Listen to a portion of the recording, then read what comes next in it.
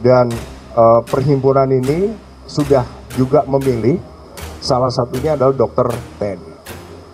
Dan kalau nggak salah orangnya juga sudah saya hadirkan di sini karena saya ingin memastikan Anda akan terlibat digabung dalam satu tim di bawah kepemimpinan Perhimpunan Dokter Forensik Indonesia.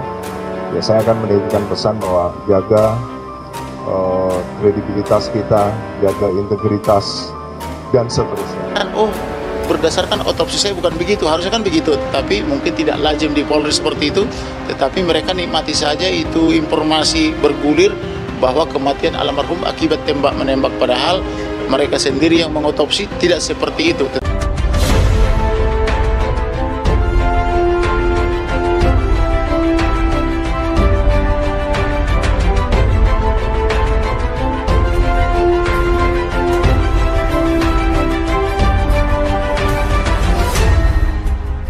Tonton video ini sampai selesai agar Anda tidak gagal paham.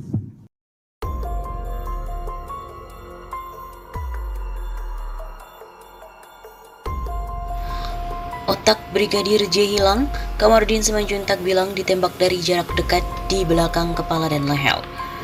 Kasus tewasnya Brigadir J alias Brigadir Joshua di rumah Kadif Propam Polri nonaktif Irjen Verdi Sambo masih meninggalkan beragam tanda tanya di benak publik. Banyak pihak menilai kematian Brigadir J ini dipenuhi dengan berbagai kejanggalan.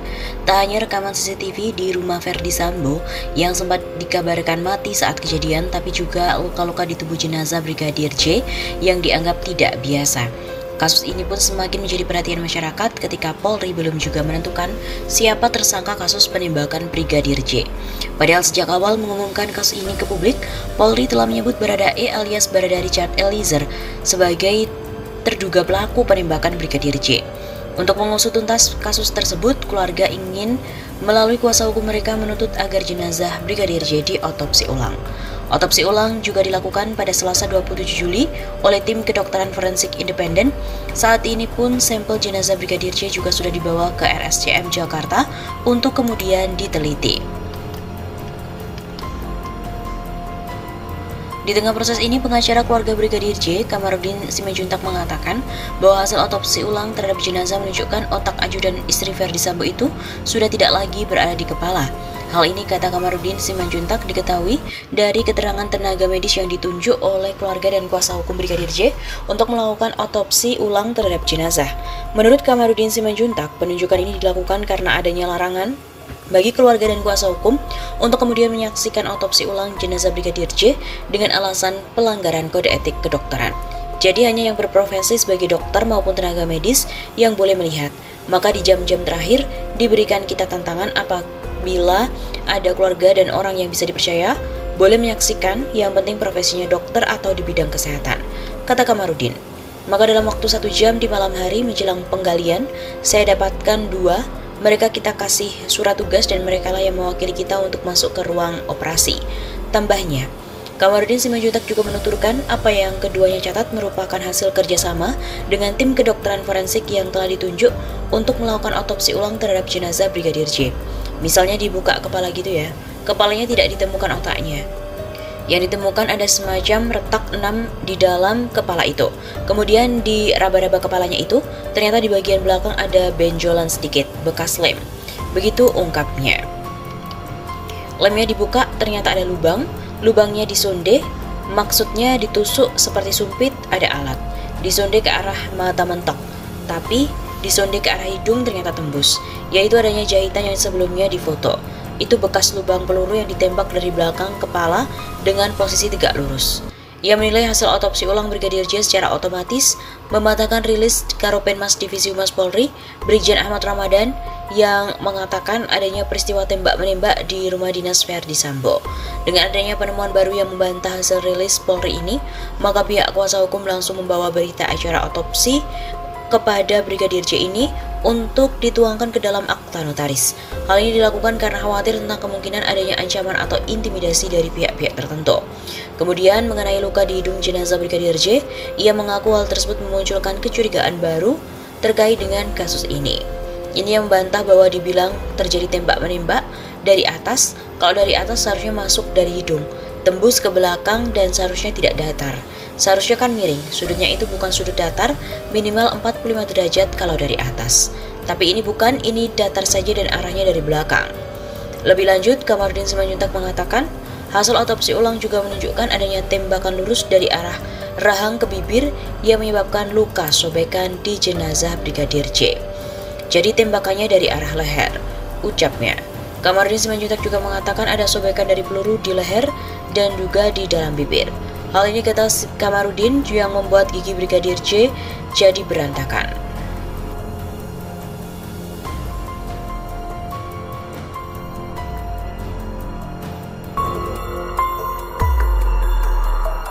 Akhirnya, terbongkar satu persatu, momen detik-detik sebelum Brigadir J tewas terekam kamera CCTV. Sosok ini juga terekam. Drama kasus dugaan adu tembak yang menewaskan Brigadir Nofriansyah Joshua Huta Barat atau Brigadir J berlanjut pada Jumat 29 Juli. Akhirnya terbongkar satu persatu, momen detik-detik sebelum Brigadir J tewas terekam kamera.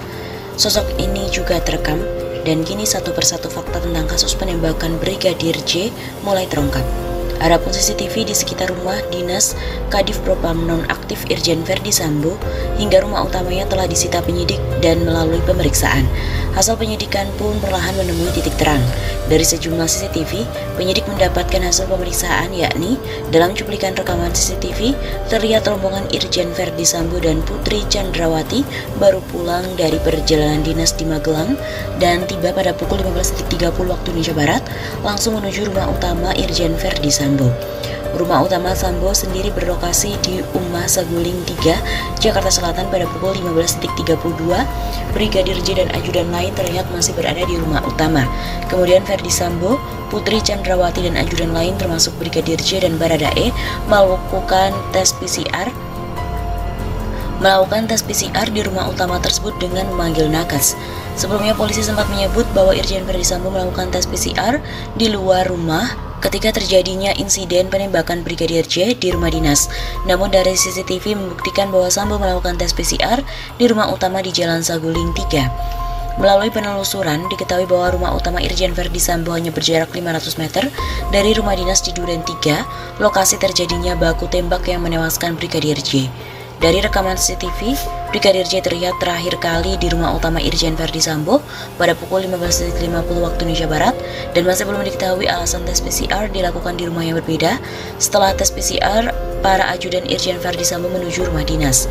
Pukul 17.10 Putri Chandrawati terlihat juga berada di rumah dinas Duren 3. Diketahui keluarga Kadif Propam nonaktif Irjen Verdi Sambo mempunyai kebiasaan untuk menunggu hasil tes PCR di rumah dinas. Hingga pukul 17.50 waktu Indonesia Barat, Brigadir J masih belum terlihat lagi dari rekaman CCTV. Tidak tampaknya Brigadir J selama 1 jam tersebut tentu memberikan sebuah pertanyaan. Dilansir melalui Viva, salah satu petugas pengawal Irjen Verdi Sambo terlihat melintas depan rumah dinas TKP penembakan Brigadir J sambil menaiki motor. Diketahui pada hari yang sama, Verdi Sambo dari tempat tinggalnya di rumah utama yang berlokasi di Jalan Saguling, Kompleks Polri Duren 3, Jakarta Selatan, hendak berangkat main badminton bersama mantan Kapolri Jenderal Purnawirawan Idham Aziz. Berdasarkan penuturan dari sumber, Irjen Verdi Sambo yang melintas depan rumah dinasnya di Jalan Duren 3 mendengar teriakan istri minta tolong. Ia pun meminta supirnya untuk berhenti di TKP, diikuti oleh petugas pengawal yang juga segera berhenti. Yang terekam itu pengawalnya aja naik motor di CCTV sekitar TKP. Pengawalnya itu dorong motor pakai kaki mundur, bukan balik kanan ke rumah yang jadi TKP baku tembak. Begitu ungkapnya.